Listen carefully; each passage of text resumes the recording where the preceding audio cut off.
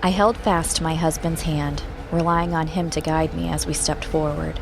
Blinding as it was, I could say that it was the otherworldly light that pushed closed my eyes, but I'll be real with you. I was afraid. To be fair, this was my first magic portal, my first time traversing the wastes of interplanetary space through a wormhole. Despite having no idea what to expect, the experience of passing through it was still, somehow, unexpected. There was a jolt, then a kind of weightlessness and acceleration, but none of it was violent, and it was quickly over. Even through my tightly clenched eyes, I beheld that harsh emerald radiance, replaced with a soft golden one. The portal had closed, and I felt the warmth of a new day on my face. We must now be standing under the shining sun. A shining sun, as it was not our own. Mind you, we had left Earth at night, but here, in this place, it was daytime. We'd gone from midnight to midday. Maybe it was the encouragement of the sunlight or the cool, refreshing air I now breathed. Maybe it was my hand still in Joseph's or the fact that he and I had traveled safely between worlds. But only then did I part my eyes. Ugh, where to even begin, listener? Do I start with the planet itself? Do I tell you how Earth-like it truly was? I honestly couldn't believe just how similar it was to my own world. But then, had it not been, had it not shared the very same environment, atmosphere, and so on, Joseph and I would have gone to our immediate deaths, just as the Strangels would have promptly perished upon coming to Earth. Yes, this planet was a sister to our own, mirroring her characteristics, but this was a younger sibling. Here, nature was, to my eyes anyway, prehistoric. To quote someone who'd been here before, it was less like we'd traveled to another world and more like we'd gone into the distant past of our own. But that's the funny thing about siblings. While they may have a lot in common, as you get to know them, you realize just how different they are. This was true of planets as well. You see, it was not only the day and night that were inverted here, but the seasons as well. We'd left spring for fall. When the breeze picked up, I felt a chill. It didn't help that Joseph and I were soaked from that unnatural storm back on Earth. My hair and his beard were weighted and dripping. We'd left Shady Hollow behind, trading it for a savanna, I guess it was. From where we now stood in the tall grass, my attention was immediately drawn to a mountain looming in the near distance. It belonged to a chain of them and appeared to be its central peak, its highest at least.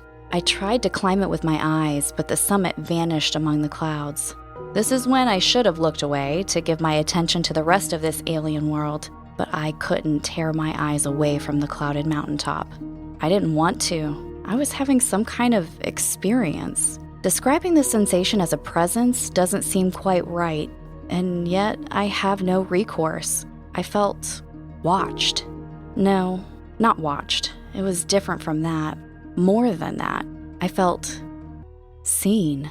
It wasn't frightening, but it was overwhelming, and I at last had to lower my gaze from the mountain. Doing so, I saw that there, at the foot of it, was a vast, primeval woodland. The sight would have unnerved me, except that the forest had been vibrantly recolored, just as our own are during our own autumns. This made it familiar, and therefore not as threatening. It was also stunningly beautiful, which always helps. When first I'd opened my eyes and looked upon this new world, my attention had gone wide. How could it not? But now I drew focus back to my more immediate surroundings, where I stood hand in hand with my husband. As I said, Joseph and I were in a savanna of sorts. I scanned it swiftly. The tall, faded grass and the occasional spindly tree didn't hold my attention for long, and I soon gave it to my husband instead. His face, this place, this whole other world, he'd been reading about it for years. But now, to finally step foot here himself, well, even strong men get misty sometimes. But the glory and the grandeur of the moment was just that, a moment. A curious side effect of awe is that it can make you oblivious, even to things that would otherwise be very apparent. So as the shock and wonderment began to wear off, we took more notice. The pair of us, in that same instant, realized that we were not alone in the savannah. We then turned very slowly around to see that a small army had amassed behind us. 100 or more warriors in battle formation faced my husband and I. They'd waited and watched in a silence they continued to maintain. Picture a battalion of medieval knights, but with butterfly wings, and you'll see what we did, listener. About half of them held lances ready for thrusting, the other held javelins ready for hurling. Their lighted eyes glowed eerily inside of their helmets. As we learned from the Pendergast Chronicles and from the Strangels themselves back in Season 2, the inhabitants of this younger world had advanced only to what we would compare to our own Middle Ages, hence all the medieval armor and weaponry on display. But why they were poised for an attack, I couldn't so much as guess. I didn't understand this hostility, and looking to Joseph again, I saw that he didn't either. Why would they save us only to then treat us as an enemy? A moment more, and we saw that these were not the Strangels who'd come with May to do battle with Heartland security back in Shady Hollow. There were actually two contingents in the savannah. Beyond the closed ranks of the Strangel army, I spotted May's warriors. I could tell them apart from the others because they, like Joseph and I, remained drenched with both rainwater and the blood of a sky serpent. Their silvery armor, having proved impervious to earthly firearms, was still scorched and dented from where the bullets had ricocheted. Some of the Strangels had been injured, but I saw no casualties, thankfully. However, May's warriors had been wrangled together and disarmed. What was happening? After rescuing us in Shady Hollow, May and her war party had gone through the portal ahead of us. I remind the listener of this because I now saw that, upon her return, May had rushed to explain that Joseph and I would not be long behind her through the passageway. She'd done this to keep he and I from being immediately cut down upon doing so. But why would they attack us? Why wouldn't they? Remember, our kind had invaded this planet twice before, once in ancient times, then again not so long ago. If you don't recall the details of these events, not to worry, we'll be swinging back around to the history of this world and how it interconnects with that of our own later on. So, yeah, they had every reason, every right to treat us as invaders. At the very least, we were trespassers. But it was not to any of the soldiers before us to whom May was pleading our case. It was to a Strangel who stood off to the side, overseeing from a safe distance. He was the only one present not clad in armor, so the leader probably. His flowing garments looked regal enough. I couldn't see much of his face though, not from here. All I could really discern was the intense glow in his eyes, then the vivid coloring in his wings when he opened them to the sunlight. From his appearance, I assumed him to be an Ariel, not like May, the half-human amalgam who stood before him, speaking quickly. I know, listener. Season 2 feels like so long ago. Don't fret, I will refresh you on all the relevant terminology. In the manuscripts, the indigenous people of this world were called Ariels, whereas those called amalgams were a hybrid kind, the result of interbreeding between Ariels and humans. The Earthlings in question being the Atlanteans, who came here in prehistory. But, like I said, we'll circle back to that whole mess later.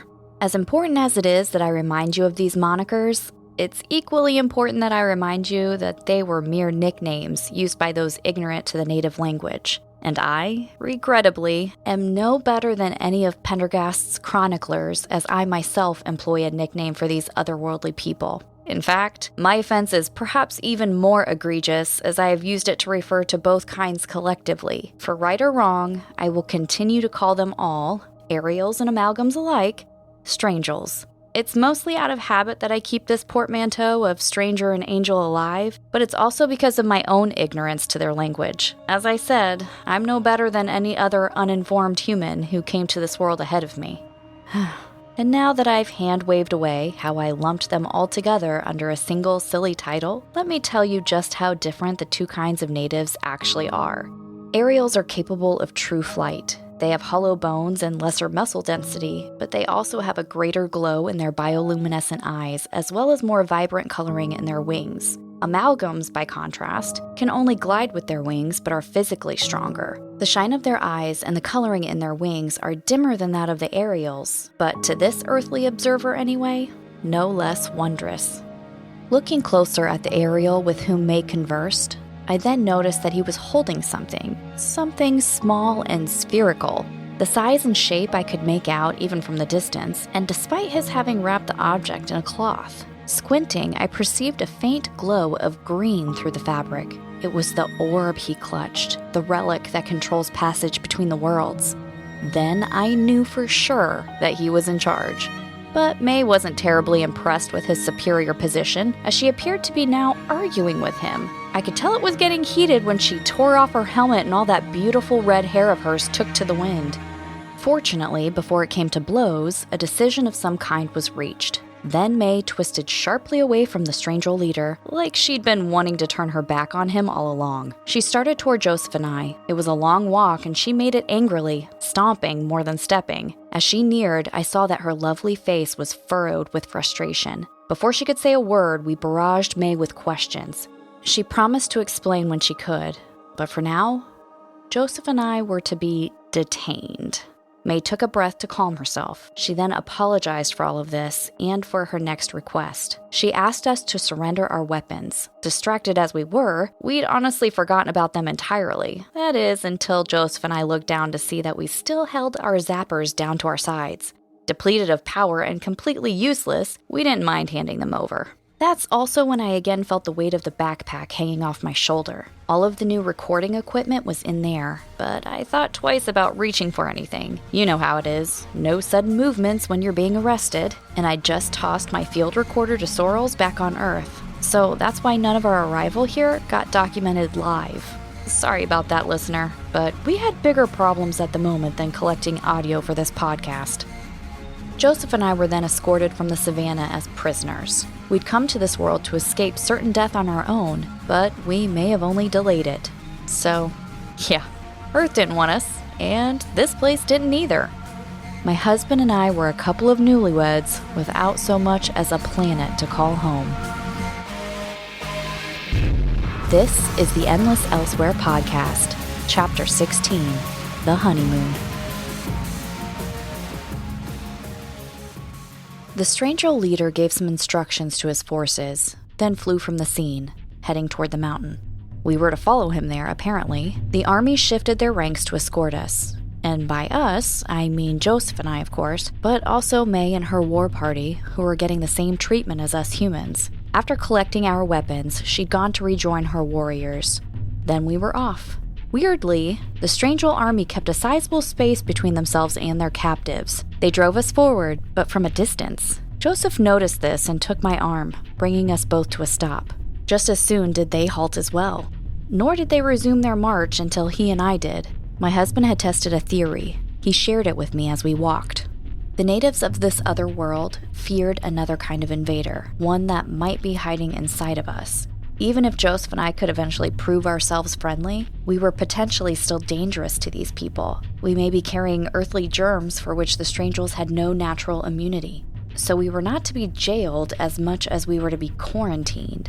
If they feared our very proximity, Joseph and I could have effected some kind of escape, certainly. But even though our situation was looking grave, we trusted Mae and did as she did. We cooperated and kept walking.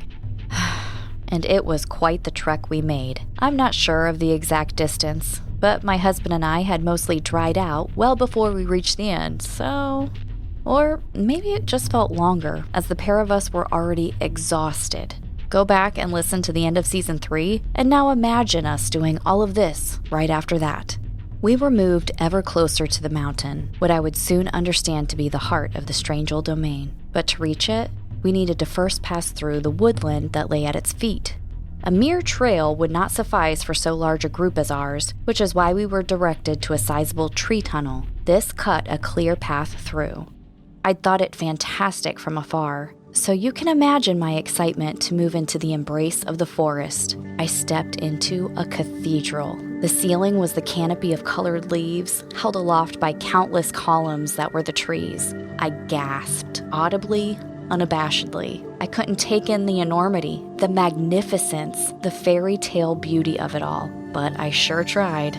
Joseph and I were hesitant to leave the woodland and were disappointed when we did, but there were wonders yet to be seen. Stepping into the open again, we paused, and from the tree line saw that the forest hemmed in a vast tract of country that spread out before us. This had long ago been cultivated into farmland, and we saw strangels toiling in the fields, bringing in the harvest. Beyond this was a town, but the crops separating us from it were so tall that we could see very little of the place.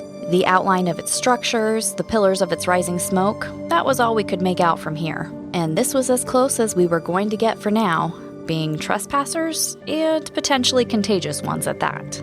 We were turned and coaxed along the tree line, circumventing the fields and the town to reach the base of the mountain that now loomed gigantically over us. The nearer to this we came, the farther back my head tilted. I tried to make the climb with my eyes again, back to that cloudy peak where I'd felt something earlier, something that I wished to feel again.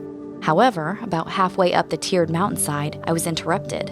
Upon one of the mid-level shelves stood a castle. Airy castle, I heard Joseph scarcely utter. His eyes had made the climb with mine. Apparently, this stronghold was spoken of at length in the books. My husband was overcome with emotion at the sight of it. Until now, he'd relied upon his own imagination, seeing this place only with his mind's eye, but now it was with his own that he beheld it. He slowed to a stop, I and the rest of us with him. Impatient as our escorts were for us to continue on, the pair of us took a moment with the mountain fortress, archiving the sight of it in the deepest, safest depths of our memories. The castle, like the town it overlooked, was not open to us, so this may be as close as we ever got to it. We were soon goaded onward to the far side of the mountain, following a well-worn path through the cliffs and crags. The sound of rushing water preceded the sight of it, but soon we beheld a river that flowed between the sierra, permeating most likely the whole of it. I noticed angular partitions standing out in the water, in the shallow edge of the river. They reminded me of dressing screens. I was going to point these out to Joseph, but he just then pointed out something to me, a small cabin of sorts that stood back a ways from the riverbank on stilted legs. The dwelling had been given an elevated position, to avoid seasonal flooding, no doubt. A ladder had been attached to the wraparound deck of the cabin. I say cabin as it was constructed of timber, but it was rounded, more like a yurt, with a chimney at the center of its domed roof. Even the windows were rounded, like portholes on a ship. Whereas human architecture favors corners, Strangel architecture prefers curves. While the design was, to my earthly eyes, bizarre, it was also pretty dang cute. I was immediately charmed by the place, which was fortunate because this is where Joseph and I would be spending our time in isolation. Since we were forbidden from entering the town, they could hardly stuff us into its jail, so our hosts were to put us up in this cabin instead. May had negotiated this house arrest on our behalf with the Strangel leader. She and her war party would also have to quarantine, having just come back from Earth. They were being made to do so apart from Joseph and I, however. They had been off-world only briefly, so their exposure was minimal, but my husband and I were from there, so we were extra germy, I guess. Having already been exposed to us, May was permitted to come forward again and explain all of this before she and her warriors were led away. But while we still had her, and while it was just the three of us, I dug one of the new field recorders from my backpack, getting the first words ever recorded on an alien planet. I just wish I'd said something a little more momentous. What the actual flip? What is going on, May? Where is Gentry? Why are we in trouble? Why are you in trouble? You must be patient, my friends. I promised you both an explanation in full, but I haven't the time now. Listen carefully. Shed your clothing and leave it by the river. It will be collected for burning later. You will have new garments brought to you as well as food. Wash yourselves thoroughly in the river. Remain here in this lookout post. You should find it comfortable enough. You are free to move about the river bank, but go no farther. May, We will be under constant guard. Do not attempt to flee. When able, I will return for you. And how long will that be? How long do we have to stay here? It will be a number of days. I apologize for your treatment, but you must understand. We do, Maevalesse. We understand that the situation is out of your hands, and we thank you for this consideration. You have clearly had a prolonged ordeal. Take this time to rest and recuperate from your struggles. Do they really have to burn my wedding dress, though? Your ridiculous garment. It is a nuptial vestment? Yeah, May. Joseph and I got married. Ah, splendid. Then you must also take this time to consummate your union. May! I will see you soon, my friends. Be well. May left us abruptly, rejoining her war party, all of whom were then escorted farther down the river, to where there were most likely other cabins, other lookout posts, that could be used for quarantining. Joseph and I remained where we were, watching them go. When they were out of sight, we turned our attention to the half-dozen Strangel soldiers who'd remained behind with us. They flew off, taking up guard positions around the riverbank, most doing so on lower shelves of the adjacent mountain. They set their weapons aside and shed their armor, settling in for the long haul. I assumed they'd be delivered supplies, just as May said Joseph and I would be. Then he and I turned to look at each other, to the cabin, then to each other again. May was right. We needed to rest. The last few days on Earth had been some of the most violent and intense of our time together. Like I said earlier, the pair of us were already exhausted even before we came to this other planet. So, for as eagerly as we wanted answers, we knew they could wait. Joseph was first up the ladder, helping me over the edge when I followed after. We stood upon the deck a moment, looking out over the river and the mountain range. Like everywhere else on this planet, it was gorgeous.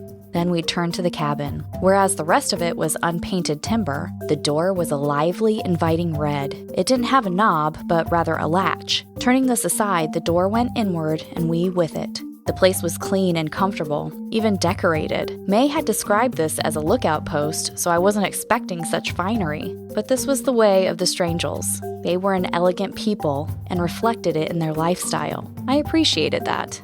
At the center of the rounded structure was the fireplace, right where I knew it would be, having seen the chimney from the outside. It stood like a pillar in the center of the cabin, providing the only division in an otherwise open single-room space. Well, there was one enclosed area of the cabin, what I assumed to be a closet at first, but realized later to be a latrine, so a water closet. To the left of the cabin was a table, but around it were stools instead of chairs. Humans sit, Strangels perch. But to the right was an even stranger piece of furniture. I didn't immediately recognize it as a bed, as it didn't stand on posts.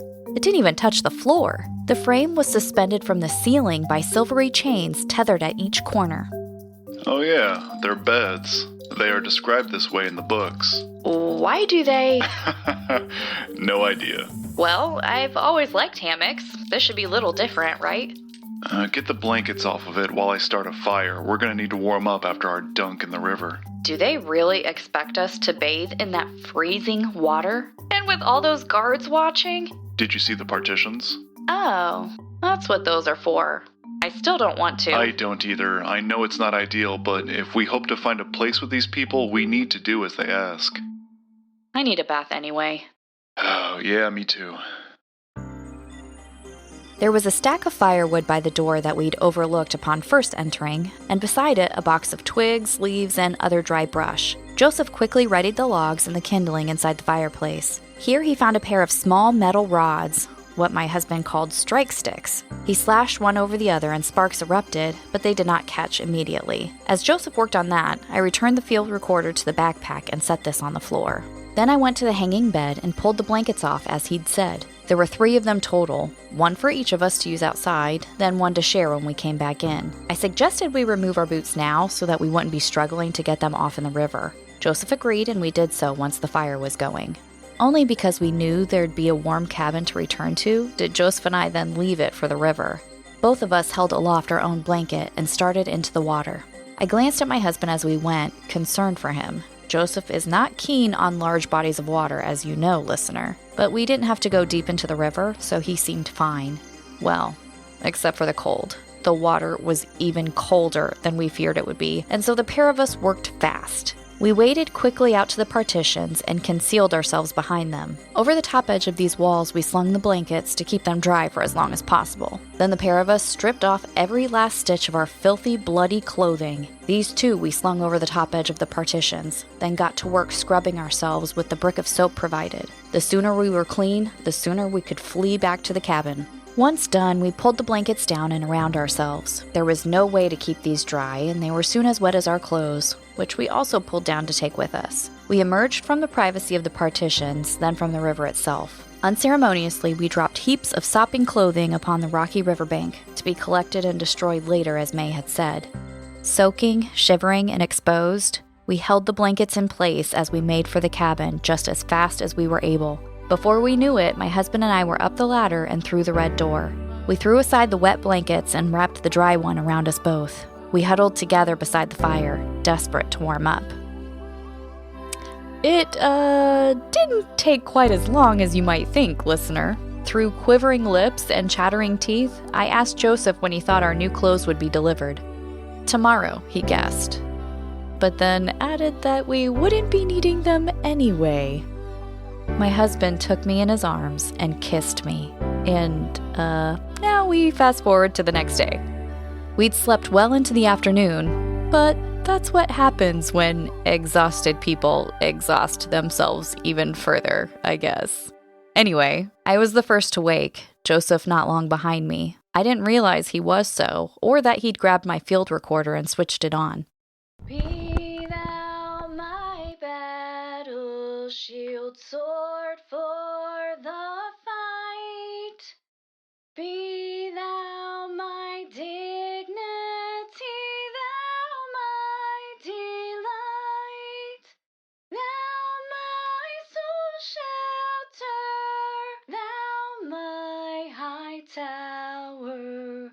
Raise thou me heavenward, O power of my power. Good morning. Oh, I didn't know you were... Are you recording me? Don't do that. Oh, okay, so I can't record you the way you've been recording me for the last 3 years?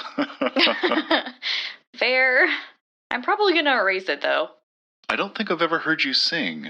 I don't usually. Only to myself. I'm not very good at it. Oh, I very much disagree. I just woke up with... With a song in your heart?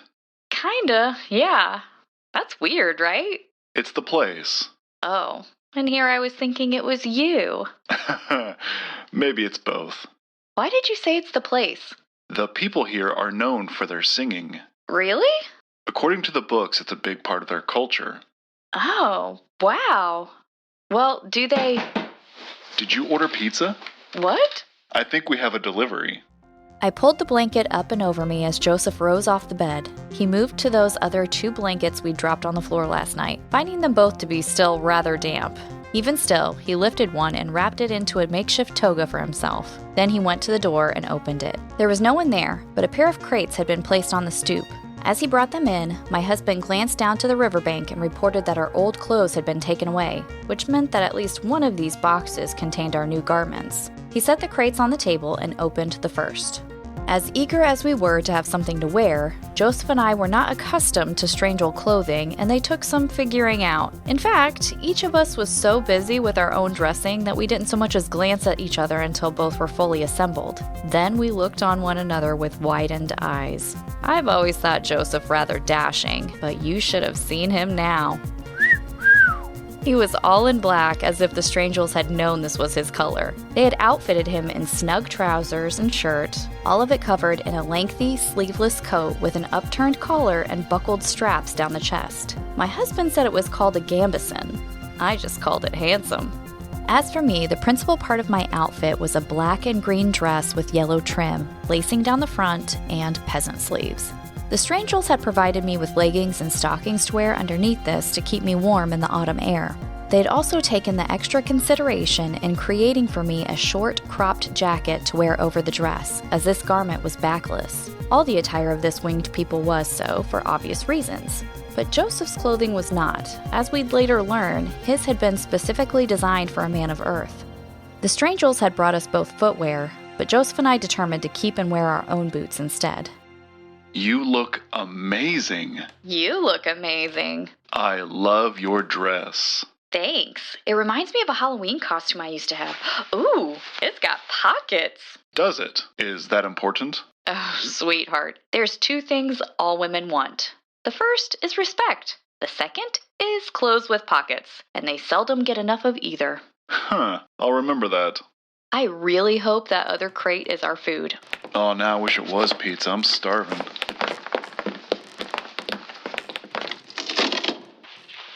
I don't suppose there's any coffee in here. Oh no. Coffee. How are we gonna survive? I'm not sure that we will. I've already got the headache. Yeah. We'll be going through withdrawals for a while. Ugh, bummer. Is that a carrot? The most delicious carrot I've ever had. But what? Let's eat first, then I'll tell you all about it. The produce was unequivocally earthly, but in size and taste about as foreign as possible. And by foreign, I mean better, larger, and tastier. The crate held both fruit and vegetables. There were the aforementioned carrots, but also cucumbers, grapes, and apples. I've had all of these before, of course, but never like this. never so delicious. And ironically, I had to go to an alien world to do so. I was half-starved, yes, but I ate as quickly as I did so that we could get to the story behind the meal. I had to know. When we'd both had our fill, I switched on the field recorder again. Where were we? Oh yeah. How? How are these here? Okay, so during Pendergast's final voyage to this world, he had brought a crate of produce with him, not unlike the one delivered to our door today. It was part of his food supplies to keep his expedition fed, but it ended up feeding multitudes. It helped avert a famine here. The seeds were taken and planted in the soil of this younger, richer, unpolluted world, knowing full well that they would grow voraciously. Like an invasive species? Yes, exactly. That was the plan, and it seems to have worked. You said a famine was averted. What caused it in the first place? A refugee crisis. Too many mouths to feed and not enough food. Oh, right. The refugees were the amalgams. May is one of them. She told me a bit about this back on Earth in Season 2. Should we go over that again, the history of this world? Yeah, I think we'd better. If we're gonna live here, it's now our history too. Good point. Alright, let's rewind to the beginning, to the very first time that the orb was used. Speaking of rewinding, in our very first episode I asked you about the orb, how it works, where it came from, all that. You said that was a whole other can of worms. Is it a can ready to be opened yet? Oh yeah, all of that. Well, I suppose we can't avoid it any longer. Why would we avoid it? Well, the only account the manuscripts provide for the origin of the artifact comes from an unreliable source, from someone who had clearly been deceived. But even still, from their false narrative, we might be able to pick out the truth. Who are we talking about? Grindel? His mother, actually, his adoptive mother, Anne Janet Grindel. We talked about her last season when discussing the third manuscript. She was a high-ranking member of the Cabal and the director of the Bunker of Babel back in 1948. I thought you said Book 3 was written in 45. No. Wait, did I? Oh, I really hope I didn't. I love history, but I'm terrible with dates. Probably because they're numbers, and I'm more of a letters man myself. Sorry, it's a lot to keep straight, but I'm pretty sure it was 1948 though. Dang, that's really embarrassing. No worries, babe. Honestly, it's kinda reassuring. How is that? It's hard enough for me, and the listeners probably, to keep track of all this. But if even the expert can struggle with the details, well, we don't have to feel so bad about it. Well, take comfort in knowing that's probably not the only particular that I've messed up over the last 3 years of this show. It's fine, babe. Doesn't really matter anyway. So, what were you saying about Anne Janet? Right. Now, according to her, the Cabal knew, or thought they knew, the true origin of the orb. The Cabal believes it was gifted to humans by interdimensional visitors who came to the Earth in ancient times. Visitors known as the Watchers. And who were they? It depends on who you ask. There's a couple different versions of the story. The Cabal believe that they were transcendent extraterrestrials who took on human form to live among us, to impart knowledge and technology and enlightenment to our primitive species. I, on the other hand, believe the Watchers were angels who appeared on Earth as humans in the early days of creation, to be a help to our kind, but they did not keep their holy positions and fell away. For their betrayal, they were then removed from our realm. But not before interbreeding with people and creating a hybrid species of giants, the abominations known as the Nephilim, who the Cabal revere as superior beings and for whom they are preparing the Earth for their eventual return. Precisely, yes. So how does the orb factor into all that? The Cabal and I have different interpretations of the same story, but as for the part of it that concerns the orb, I truly don't know. I can attempt to extrapolate the truth from their version of events, but when it comes to the orb itself, I have nothing more to go on. Unlike, say, the Watchers or the Nephilim themselves, there's scant other historical mentions of the orb. And why is that? Why is there little other information about the relic? Because most of it went down with Atlantis. Ah, okay. Let's put a pin in that for the moment. Sure. Why, according to the Cabal's version of the story anyway, did the Watchers create the orb and give it to humans in the first place? My own theory is that it was never intended for human use. I think that the orb was made by the Watchers to save their children, the Nephilim. It was to be used as an emergency escape from the Earth. Escape from what? Extinction. I think they must have known that their time was coming to an end, that first they would be removed from our world, and then their offspring would be. How? A global catastrophe, a worldwide deluge. Oh, right. That. Well, I won't bother asking how the Watchers built a device that opens wormholes between Earth and this world, but how did they even know about this other planet? For that, we have to go back to the Cabal's version of the story again. According to them, the Watchers, while traversing the universe, came across this world first and then the Earth. But it was with humankind that they decided to make their home. They favored Earth over this world? Yes. And they were so enamored with humankind that they interbred with them and produced the giants? And the giants produced Earth's first great civilization. Atlantis, or what inspired the myth of Atlantis. It was their kingdom, the destruction and submersion of which at least some of the Nephilim avoided, accidentally or otherwise. Because they were here, on this world, when the flood came to erase them from Earth. That's how some of the giants and a bunch of their Atlantean subjects escaped total extinction. But they had left the orb behind, and while it survived the destruction of Atlantis, its history, like I said, was lost. Even knowledge of the orb's functionality was lost until rediscovered by Pendergast in the modern era. So, because the giants and the Atlanteans were stranded on this other world, seemingly forever, they settled here.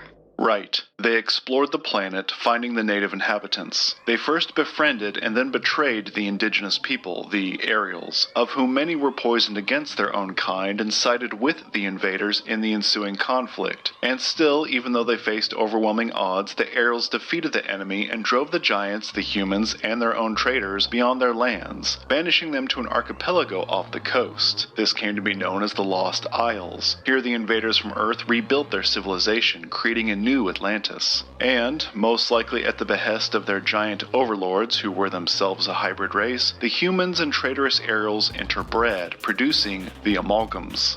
Like May. She told me their kind had been bred for war, to be soldiers to fight against the Ariels. Indeed. The enemy spent generations building up their forces on the Lost Isles, to again march on the realm where you and I now sit. So the giants figured that if they were stuck on this other planet forever, they might as well conquer it for themselves? They were after more than just this world. They were after the lipid font. Do you remember us discussing this? Oh, vaguely. It was the fountain thing, right? From inside the Ariel's mountain, the one right outside this cabin, 2 natural springs are sourced. Both are held sacred by these people, and both have fountains built around them. One they are permitted to use, the other is forbidden to them. So, around this second spring, they built more than a fountain. They built a temple, and then a castle. Why is it so special? Whereas the first fountain is to be used by the natives for a kind of baptism in accordance with their theology, to be submerged in the waters of the second fountain is to re-emerge in the spirit realm, bypassing the necessity of death. That sounds like Grendel's power. That's how you described it previously as well, and yes, it's very much like that.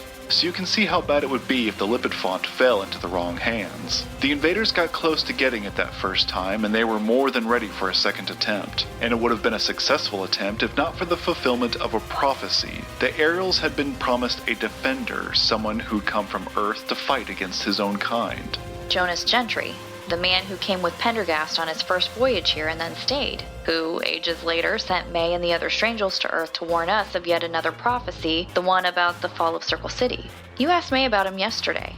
I am very eager to meet the man. He's a hero of yours. To everyone in this world he is, yes, and for good reason. Gentry, Pendergast, and the rest of their party helped the Ariels defeat the enemy in a great battle. After their victory, the remaining Nephilim retreated to their citadel on the central island of the archipelago, and locked themselves away for decades.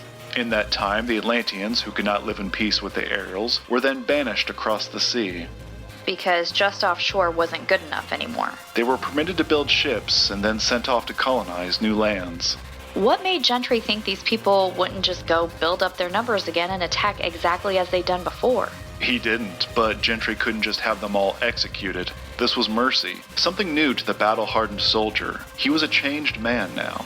I suppose war will do that. It wasn't the conflict. He'd been to war on Earth before coming here. No, it wasn't the bloodshed.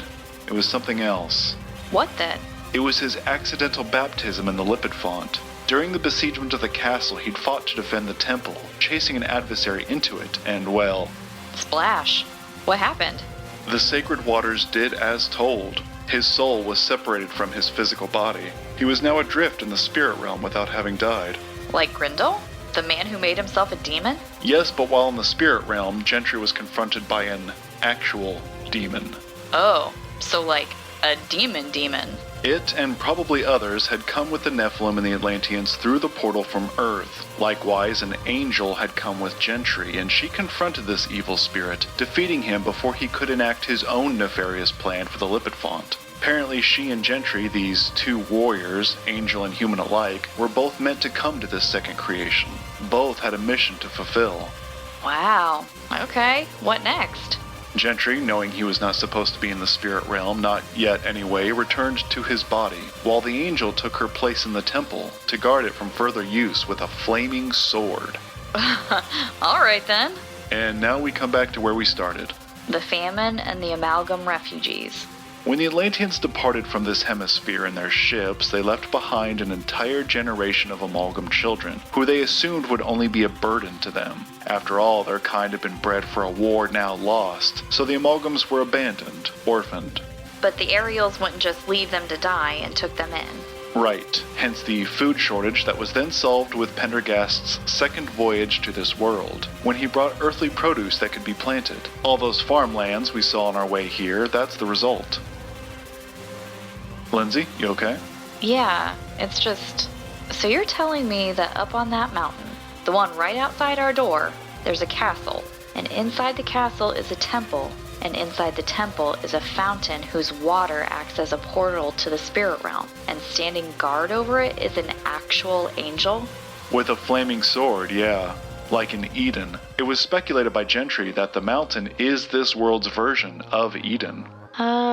Say more about that, please. The natives believe this mountain is holy, that the two springs were placed here by design. Again, one they are permitted to use, the other is forbidden to them, like a certain tree in a certain garden. Why? What's the point? To offer them free will, the right to choose. The Ariels believe this mountain to be the footstool of their creator, who dwells at the top of it, above the clouds to which they never go. Even as a winged people, they never fly to it. Is that really what they believe? You feel something when you look to the mountaintop, don't you? Something, yeah. So do I. I was not mentally prepared to take that conversation any further beyond this point. The possibilities being, well, more than I was mentally prepared for. So I paused the recording and had some more to eat. My husband just smiled at me, then blinked, having just remembered something he refused to share with me. It was a surprise, he told me when I questioned him. But I had to wait until sundown. When night came over, Joseph forbade me to go outside or to even look out any of the rounded windows. He swiftly went down to the riverbank to build a bonfire and lay out one of the blankets. Then he came to retrieve me. I had to leave the cabin with my eyes closed and keep them so until he'd guided me down the ladder and to the water's edge. He lay me back on the blanket, then himself at my side. I felt the warm fire flickering beside us. Then, finally, he told me to open my eyes. Above us dazzled a myriad stars. In a world with zero light pollution, the heavens shone without hindrance. It was majestic, and it just kept getting better. I then saw what my husband had remembered earlier in the day, something he'd read about in the books. This world had twin moons, one at either end of its sky. I let out another one of those audible, unabashed gasps. We were to do this every night. The pair of us made a game of creating new constellations. After hours under the stars, we'd go inside and fall asleep in each other's arms on a swinging bed. There was something about being swayed gently to sleep every night that I really came to enjoy. Honestly, I could have lived this way for the rest of my natural life. But alas. On the 8th day, there was a knock at our door. Joseph opened it to May. She was no longer clad in battle armor, but was gowned simply and wore her hair in a braid. She'd given the smallest attention to her appearance and still looked radiant. Radiant but formidable. She wore a thick belt with a dagger sheathed at her hip. Her outstretched wings then steepled together upon her back so that she could step through the doorway. My husband glanced at me and I to him, both a little melancholy. Even though it was great to see our friend again, we knew what her presence here meant. Our time was up. We gathered around the table to talk. You both appear free of illness. Is this in fact so? Yeah, we're good. No sniffles or anything. I think it's safe to say we didn't bring any unwanted visitors with us. You and your people are also well? Quite so, thank you. So the quarantine is over. What comes next, Maevalesse? You will now be invited to appear before the Keeper. Invited being used very loosely, I'm sure. Who is the Keeper? It's that stranger we saw you arguing with when we crossed over, isn't it? Indeed. He is a steward of sorts, placed in his position until a new High Cleric is named. High Cleric? That's their religious leader. Maevalesse, what happened to Rendarja? He now resides in glory with the Maker. Whoa, guys. Slow down for the girl who hasn't read the books and who didn't grow up here. Who are we talking about? Rendarja Feowix was the High Cleric of the Ariels in the time that Gentry and Pendergast came here. He then became Gentry's father-in-law. Our guy Gentry married the pastor's daughter, huh? But now the pastor is dead, and there's no new one? The High Cleric is chosen by divine appointment, but this has not yet come to pass, even though many years have elapsed since Rendarja's ascension. My people grew impatient, so they elected Bruceval as the Keeper. Bruceval? Really? Maevalesse, where is Gentry? Much has transpired here. We know, May. We went over the history of this place like a week ago. I speak of more recent times and events of which you are unaware. Our people are in crisis. Like another famine, We are in spiritual crisis. Because a new High Cleric has not yet been named? That is only part of what troubles us. What else? The younglings are not demonstrating their gifts. Gifts? Oh, for healing and language and stuff like that. I remember you telling me about this, Joseph. There is also increasing division among my people. Hatred for one another has taken root in the hearts of many. Maevalesse, Gentry. Banished. Banished? Those are his garments you wear, Joseph. They were left behind, so I took them from his chamber. You and he are of similar stature. Wait, banished? I thought he was everyone's hero. Greatly revered and all that. He was. Still is. By many. What happened? Walk us through it, May. After the death of Rendarja, our prophets and prophetesses went deep into prayer to be shown the face of the next High Cleric. But they were instead given visions of a ruined city. But it was not a city of our world. Circle City, which Gentry recognized from their description since he once lived there. That's when he sent you and the other 3 strangers to Earth to warn us. But to do so required use of the orb. The third manuscript said that it was to have been interred with Pendergast under Airy Castle. It was, and we had to violate his tomb to retrieve it. My husband made a face that I didn't understand. He told me later that he was musing over an irony. Recall, listener, that Grendel, while in the ancient past of Egypt, had the orb buried with his host, Ka-Phenotep, only for Pendergast to dig it up millennia later and pull it from the now skeletal hands of its former owner, only for someone to eventually do the same to Pendergast, robbing the grave of the grave robber for the same priceless artifact. There were those among us who resisted the use of the orb. Opening the doorway between worlds has only ever brought catastrophe to our own. But Gentry had the clout to make it happen. He argued that it was our obligation, that the people of his world were the same children of the Maker that we are. And so the journey was made, as you know, by myself and 3 others. As you also know, our time upon the earth was not made easy for us. There was one in my group who returned with unfavorable reports of humankind and spread them among our people, while another in my group returned and spread something else. Something worse. Oh, no. What? That's why we had to quarantine. One of the strangers had gotten sick with an earthly virus for which their people had no biological resistance. But what about your healers, Maevalesse? They eventually stopped the contagion, but not before it claimed several lives, including Zolanway. Zolanway, that's patient 0, the one who got sick? He was the carrier of the disease, yes, and the first to be claimed by it. May, I'm so sorry. We had no idea. Those who had resisted the use of the orb appeared to have been vindicated, and so their numbers grew. Remigraine, who was also with me on your world, joined this group, this cadre, and became a vocal member of it. He's the one you said was spreading the hate for humanity? He spoke out against the Earth and its people, testifying to how they attempted to kill us. He showed them the hole in his wing from your world's weapons. And so the cadre expanded even more. Then, when they had enough with them, this group turned their collective outrage to Gentry. Because he'd pushed for the mission. The Defender was now the enemy, or so they claimed. And that was enough to banish him? Not quite. He was blamed for the disease, yes, but then the cadre also targeted him for diminishing spirituality. He had married into the family of the High Cleric, and, as I've said, since Rendarja's death, no new one had been named. The cadre claimed this was the Maker frowning upon our people for permitting a human to live among us, let alone the one who violated the limpid font. They believed Gentry contaminated the sacred waters. The cadre also cited the history of our two worlds, that whenever the humans are among us, tragedy ensues. They have painted your people as treacherous and destructive. And they convinced enough? Regrettably, yes. When banishment appeared likely for Gentry, I and others urged him to resist, to take control by force. He refused. He'd sworn to defend these people, and he would not fight against them. He was trying to avert a civil war. Gentry nobly accepted his sentence, but would not go alone. His wife, their entire family, and others went with him into exile. Where did they go? He would not tell me. It was for their safety, but mine as well. What do you mean, May? I tried to go with him, but he asked me to remain here. He said this place would need me. I tried to speak out against this cadre, to defend humankind. I testified that we had also met good humans upon the earth, humans who fought their own kind to help us get home. I told them of you, Lindsay, and of you, Joseph, but they did not listen, not to me, because I, too, am part of the problem. Because you're an amalgam. There has always been a prejudice against my kind held by some of the purebred Ariels. You and I spoke of this, Lindsay, but now, well... Now those who feel this way don't have to be quiet about it, not with popular opinion turning against humans. And half-humans. Indeed. But not all Ariels harbor this disfavor. In fact, my third companion from Earth was infected by neither the disease nor the hate. Perhaps because she fled both. What's that? After the death of our companion in the outbreak of the plague, she left the castle for some time, afraid as she was of the illness, an act of cowardice. Many left the castle for a time, but have since returned. Did you also leave, Maevalesse?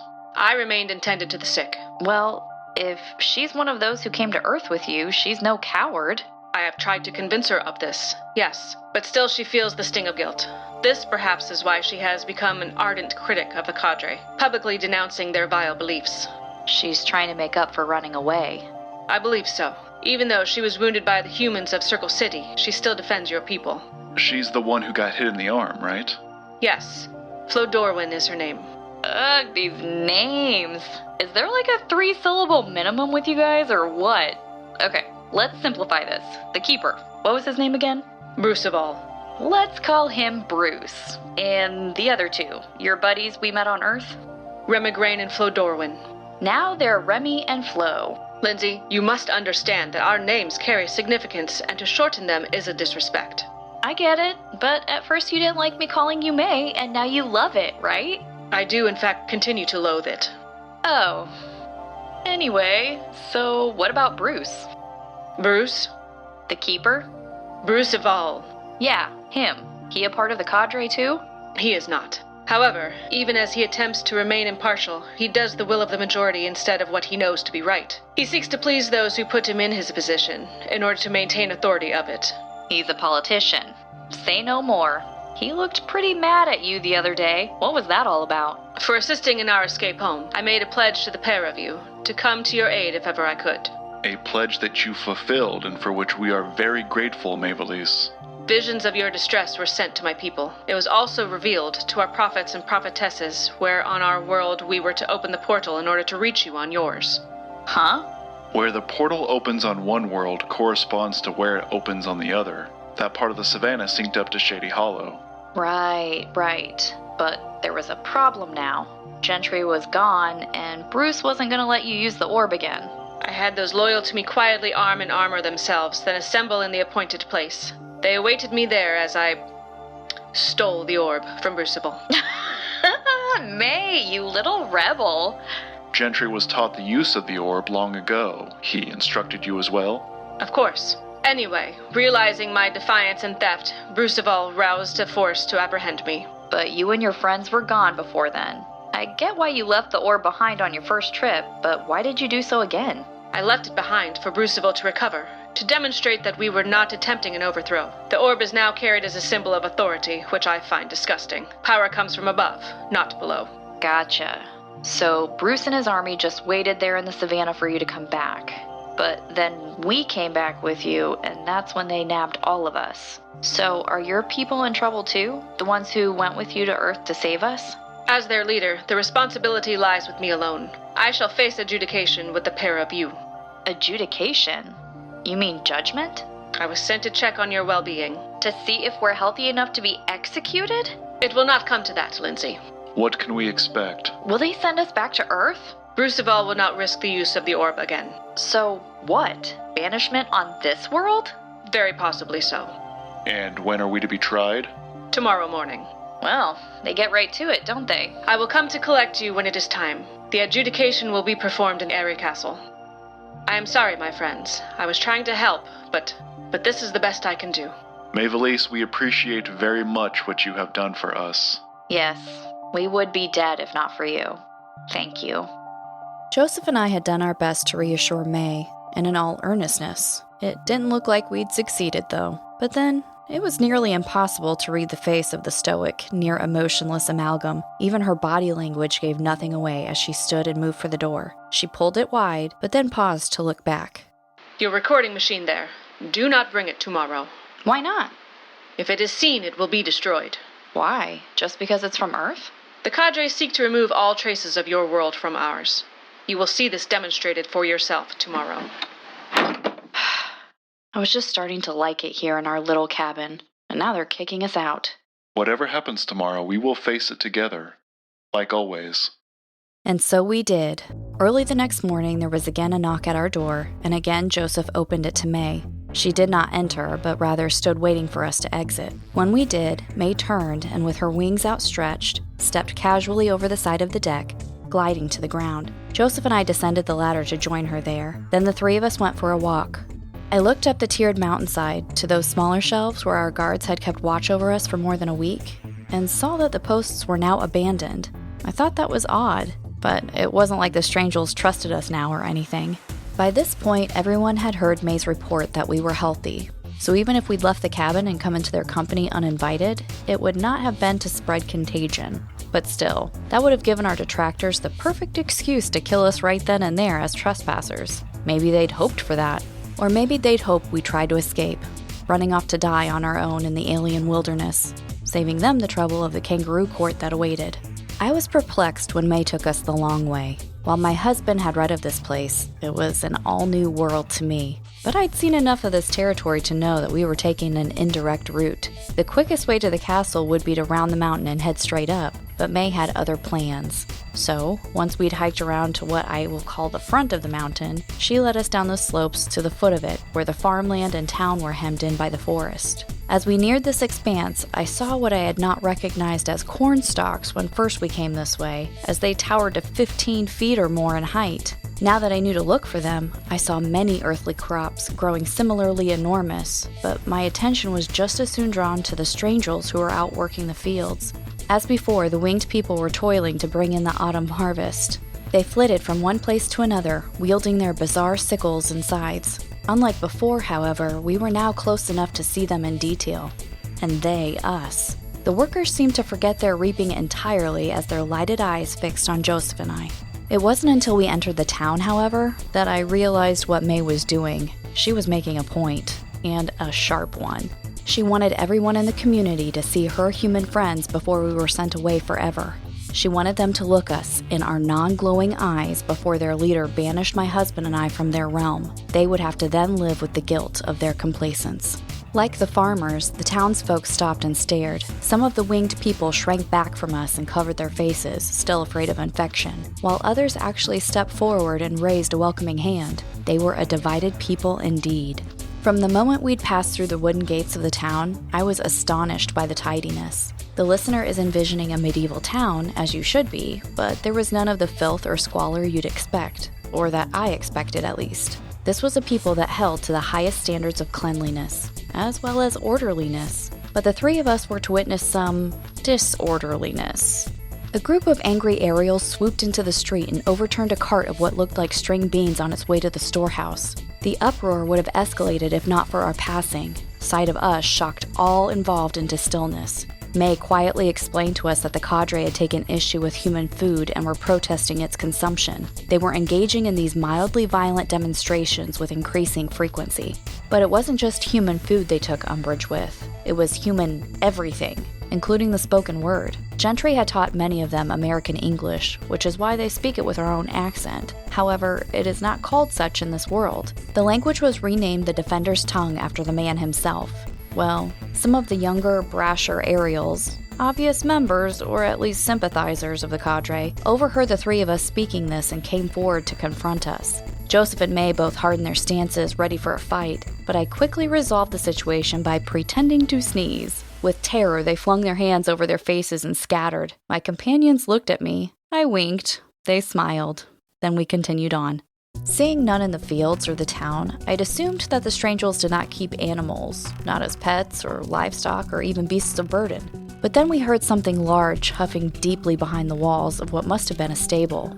As I was to learn, the natives had domesticated at least one species. It was only the sound of them that reached us. We didn't get so much as a peek at them yet, so I looked up to my husband for the answer. But he was as puzzled as I. Apparently, whatever these were, they had no mentions in the books. I saw the growing interest on his face, but the mystery would have to wait for now. Our trio had entered the town through the front gate and now passed out of it through the back. May had accomplished her goal. Everyone had seen us. In fact, many of them were now following us at a distance. Their interest in our fate apparently piqued. As May had told us, the hearing would be held in the castle, what was likely the location of all formal meetings. But it stood high above on a shelf of the tiered mountainside. How were we to reach it when not one of us could fly? As if sensing my question, Joseph paused, and I with him, as he pointed up the slope to what I thought the mouth of a cave. I didn't understand, but shrugged and moved forward again. However, before I set a foot in front of me, my husband and the amalgam caught me by either arm. There was a long band of soil in front of us where not so much as a blade of grass could be seen. Nothing grew here, and apparently, no one ever stepped foot on this strip of dirt. Joseph knew from the books that this was a mass grave of Atlantean soldiers. After the great battle in which Gentry had fought his own kind, the vanquished enemy, the humans, were then piled into a pit and covered over. The ground was cursed, I guess. The fact that nothing took root in the soil was more than enough to convince me, and so I followed my companions to circumvent the burial. Then it was up the mountainside. The slope was well worn and not overly steep, so it wasn't a taxing hike we made to the cave. What was no cave at all? I saw a raised portcullis and knew that this must be a point of entry to the castle. We were weighted by a lengthy, inclining passageway that ran up through the mountain. Torches were ensconced along it to light our way, but also to warm the corridor, which was quite cool. I noted the floor, walls, and ceiling of this hall were blackened and scorched, and not by the torches. This, Joseph told me, was also a vestige of the great battle. It had left scars everywhere in this realm. At last, the passageway opened into a vast cavern, but it was more than that. It was also a mausoleum. In every wall, from floor to vaulted ceiling, sepulchres had been carved with delicate precision. Many were covered in sealed tablets, others stood open. This was where the natives buried their dead. They regarded this mountain as holy, as the footstool of their creator, so when one of their own perished, they were returned to the mountain, returned to their creator. I looked to Joseph, but he'd locked his eyes on a specific tomb. The tablet had been broken, but then repaired, its heavy stone fragments mortared back together. This tomb was also under guard. But why would the dead need to be guarded? May explained what Joseph already knew. It was the grave of Pendergast, which the Strangels had violated to get the orb.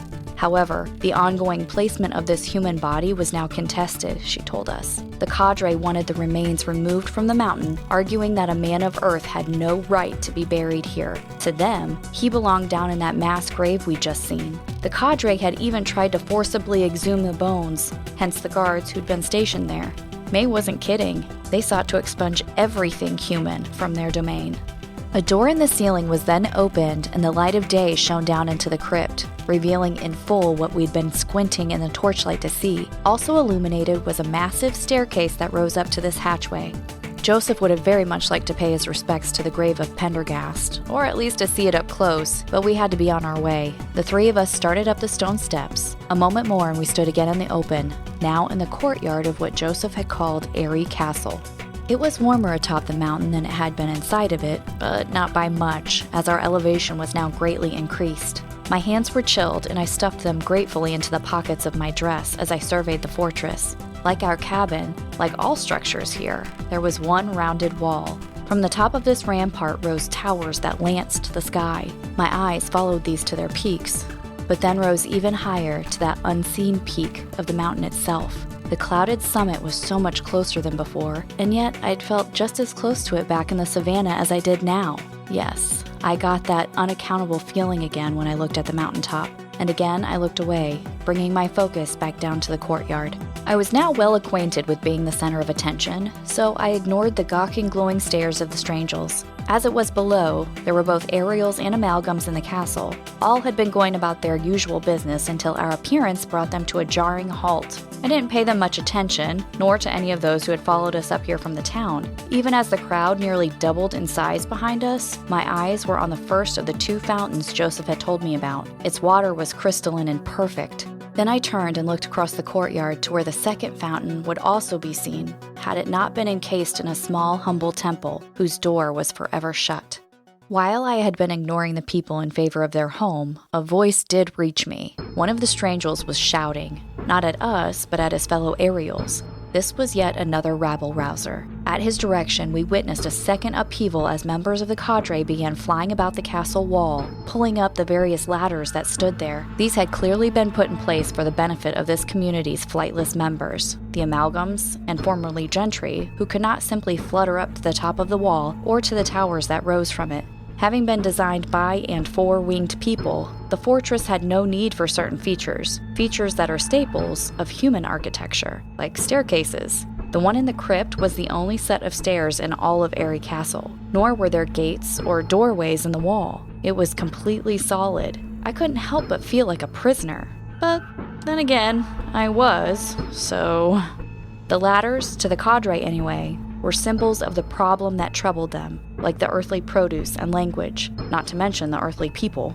The shouting Ariel, who was orchestrating the chaos, turned out to be the one I just yesterday nicknamed Remy, one of the 3 who'd come with May to Earth. We'd met him in Season 2, but hadn't so much as gotten his name until we'd come to his world. I hadn't recognized the Ariel at first, and I still wasn't sure it was actually him until I saw the bullet hole in his wing. Then there was no mistaking him. He bore the same dark hair, but it was longer now, long enough to tuck behind his ears, but not long enough to remain there. Strands of it had come loose and drifted about his well-angled jawline, where he kept a goatee of stubble. He would have been handsome had his face not been contorted with anger. Inciting a riot as he was, Remy had not seen the 3 of us come up through the door in the castle floor and was still fuming his vitriol. May leaned over to me and translated what he was saying. Ugly things. Incendiary things. Remy was espousing the idea of a pure-blooded race of Ariels, one that needed protecting from the contamination of outsiders. It was not just to their genetic detriment, but to their spiritual one as well. According to him and to the cadre to which he belonged, the Ariels never should have let the humans live among them in the first place, let alone ever again. Nor should they have taken in the half-breeds, the amalgams, whose own parents didn't want them. This last part he said just as he made sudden eye contact with May, his one-time friend. As ever, she did not surrender even the suggestion of hurt, but Remy knew he'd gone too far. Even though May's face was as expressionless as ever, Remy's sagged suddenly with remorse. He was dashed with guilt, and it showed. Then he noticed Joseph and I on either side of the amalgam. That's when his face furrowed with disgust again, but he remained surprisingly silent. Remy moved off to the side to join the growing crowd, but while he'd piped down, the rest of the people were getting louder around him. He was the spark that set this fire ablaze. He'd riled everyone up on both sides. His words had emboldened those who belonged to the cadre and incensed those who did not. I didn't need to speak the language to understand the insults that gave way to threats, and I know when a full-on brawl is about to break out. Then appeared the keeper. He was not alone, but came with armed guards and a retinue. They swooped over the courtyard and alighted upon the wall. From the top edge of this, the keeper, Bruce as I call him, turned to peer down on the whole gathering. Whereas a human man would have outstretched his arms to call for peace, he did so with his wings. And it worked. Everyone calmed themselves as they looked to their leader. After all, that's why they'd appointed him, to sort out messes like this. I looked to Joseph. His eyes were fixed on the cloth-wrapped orb in the keeper's hands. Bruce carried it everywhere now, not only as a symbol of his authority, but probably to keep it from getting stolen again. The keeper had chosen an obvious place high atop the wall to peer down from, literally lording over us. Even from this great height, however, he was far more discernible than he had been to me in the savannah. He was of moderate height and build, his hair and beard graying. On Earth, he would have been middle-aged. But remember, listener, the lifespans on this world are far greater than our own, so he could have easily been much older. While my husband and I were looking straight at him, Bruce never so much as glanced at the pair of us, let alone Mae. He didn't look any of us in the eye as he passed judgment, and in this, there was no hesitation. I didn't need Mae to translate for me. The three of us were banished. The keeper had only just calmed the crowd, but his proclamation reignited the turmoil. Some celebrated the decision, others denounced it. Once again, I didn't need to speak the language to know who was for and who was against. Obviously, the cadre would be happy to see us sent away, but the amalgams condemned the verdict, as did those Ariels who knew in their hearts that this was wrong. Again, tempers flared, and again, a fight was to be had. Mae, Joseph, and I poised ourselves defensively should someone come at us. A fake sneeze wasn't going to do it this time. I should have kept my eyes on the now churning crowd, but I couldn't help but look back to the wall, to where the keeper, his guards, and his retinue stood. All of them looked increasingly nervous. Bruce especially. He was losing control. If he couldn't maintain the peace, what use was he? Because I was looking to them, I saw when they were joined suddenly by a new Ariel, one I recognized. It was another of Mae's companions from their mission to Earth, the other female stranger who'd come to Circle City, Flo, as I had decided to call her. Mae had said she was on our side, and the Ariel was about to prove it. She was speaking to the keeper, not frantic, but impassioned, and certainly not arguing with him as Mae had done back in the savannah. Even still, she was clearly trying to convince him of something. Bruce didn't even seem to be listening to her, though, as he watched the storm brewing in the courtyard below. He must have felt his hold slipping. He was about to be out of a job. He was getting desperate, which meant that he was open to suggestions. Then Flo offered him a solution.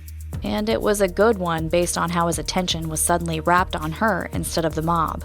Bruce gave Flo's idea only seconds worth of consideration, then turned back to the courtyard and, with outstretched wings and now arms as well, called for quiet. It took longer this time, but eventually a hush came over the gathering. The keeper had an alternative to banishment. Bruce hesitated, then made his proposition. Strangely, it was answered with continued silence. It was a meditative silence, as if everyone was mulling over his proposal. As is the nature of compromises, it didn't make either side happy. No one loved the idea, but then no one hated it either. It was something they could all resign themselves to, and did. And then, for the first time, Bruce looked at us, speaking directly to Joseph and I. He was asking a question. Mae told us both to raise a hand in acceptance. Acceptance of what? She didn't have time to explain, but assured us this was better than banishment. We trusted our friend, and so, looking to one another, the pair of us lifted our hands. When the winged people became vocal again, it was only to murmur. No one cheered, no one booed. With the situation apparently resolved, the crowd began to disperse. But then Bruce said one more thing, something that came as quite a shock to everyone. Well, to everyone who understood him anyway. Joseph and I were left to guess for the moment. The keeper pointed into the crowd, to Remy. Before this former friend of Mae's could reply, let alone react, Bruce and his little clique took flight from the wall, leaving only Flo standing there.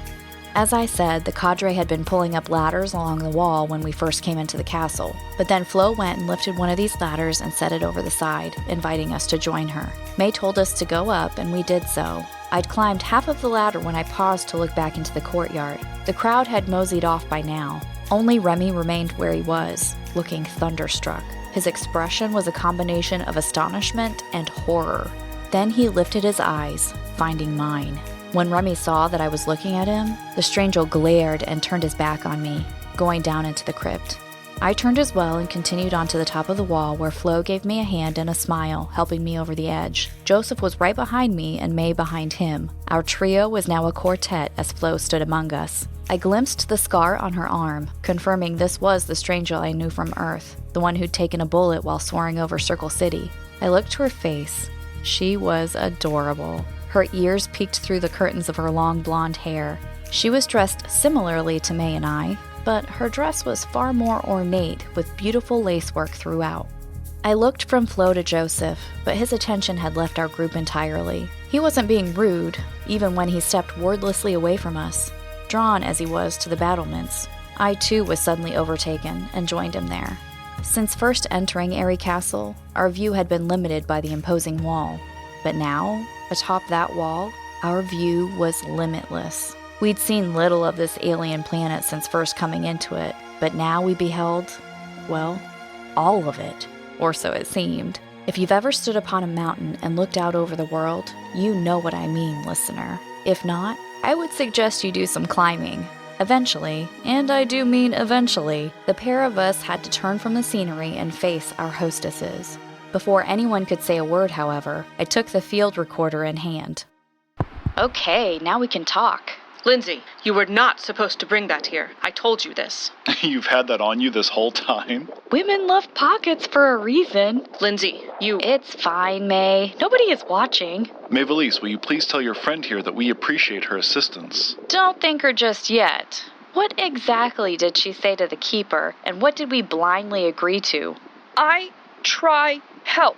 She's learning English? A result of having been immersed in your world for as long as we were. She now wishes to speak it fluently, so I have been tutoring her in the Defender's tongue. Oh, nice. Did that jerk back in the courtyard pick up some English too? Yes, but Remigraine refuses to speak it. What happened back there with him? Bruceval ordered that he join us on our quest. A quest? We're going on a quest? Easy there, Lancelot. What are you talking about, May? Flodoorwen did not wish to see you banished and was given an idea. An alternative. So we're off to find the Holy Grail, or what? May? Why would Bruceval command Remigraine to join us? Spy on us. Perhaps. So, the quest?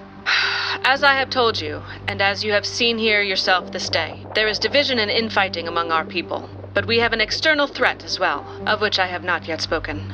There is an evil at work against us, but we have not yet put a face to it. But Gentry, before his banishment, put a name to it. He called it the Grimalkin. The Grim what? Joseph, is that in the books? It sure isn't, no. What's a Grimalkin, it's just an archaic word for cat. It can also be applied, rudely so, to an elderly woman, a crone. So Gentry thought the enemy was an old lady? We do not know what he meant exactly. He was sure about this, though. But then... He got sent away, and now we have no idea what he meant? Honestly, I was hoping you would know, Joseph. But as you say, there is no mention of it in the manuscripts. Unless he meant... there is a cat in the books. What? What cat? What is the Grimalkin? He may have been talking about Grindel's pet. Which one? It wasn't one of the monsters. This was an actual pet he had in the Land of Phantoms. On both occasions that Pendergast confronted Grindel there, it was recorded that the time traveler had a cat with him, a black one. Both times? Wasn't there like 50 years between those visits? Yes, which means that... It wasn't just a pet. And it wasn't just a cat. Why haven't you mentioned this before? The cat was one of a million details I had to gloss over when trying to summarize the books for you and the audience. Besides, the cat never played a major role. It was just kinda there. That is, until it was here. Here? As in, here? After their final fight in the Land of Phantoms, Pendergast and his companions used the orb to cross back to this world. And this cat that's not a cat followed them?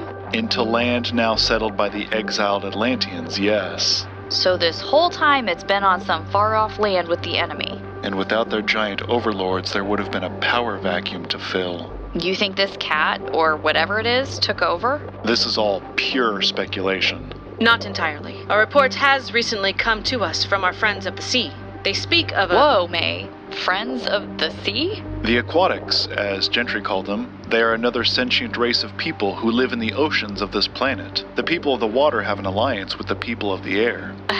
You weren't kidding about glossing over those details, babe. I told you and the listeners alike to just read the books for yourselves, that there was way too much in them to convey in a couple of conversations. That sounds vaguely familiar.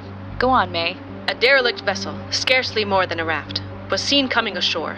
It did not attempt to dock at the mainland, but ran aground on one of the Lost Isles. The archipelago that's off this continent, to which the Ariels initially banished the Earthlings before driving them even farther, like across the sea farther. Why are you... Recapping, May. I explained this to you before, remember? Ah, yes. Podcast. Did the Aquatics see who was aboard? They did not. But it must be a remnant of the Atlanteans. And under new management. What do you think they and this Grimalkin thing are up to? We know not. But the humans have returned to the ruins of their former civilization. That's suggestive of something. Indeed. Which is why we have a guard presence on the coast. To make sure they don't try to come ashore? Yes, but so far there has been nothing more witnessed from the Lost Isles. But even silence says something. True, which is why there is growing concern among us here. You see, we have not had a fresh report flown in from the coast in many days. Has anyone gone to check? To see what's going on?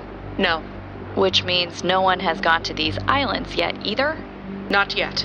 Oh, okay, of course. What, Joseph? Oh, because that's for us to do. That's the quest we've been given. If we are successful, I will be absolved of all my wrongdoing and the pair of you will be inducted into our citizenry. And the cadre are okay with this? They don't expect us to make it back.